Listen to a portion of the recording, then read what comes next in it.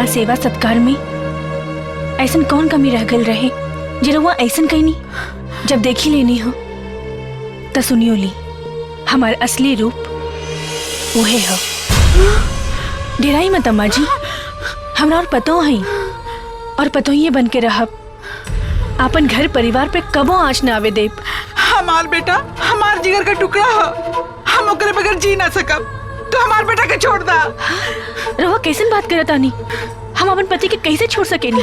तू एक नागिन हो और हमार बेटा एक मनुष्य। तू दोनों का मिलन असंभव हो। हम तोरा के हाथ जोड़त है, हमार बेटा के जान बख्श दा। रउआ हमरा के गलत समझतानी। लागता रउआ के सब सच्चाई बतावे ही के पड़ी। सच्चाई? कौन सच्चाई? हमार बात ध्यान से सुनी। पिछला जन्म में राउर बेटा हमार नाग रहे।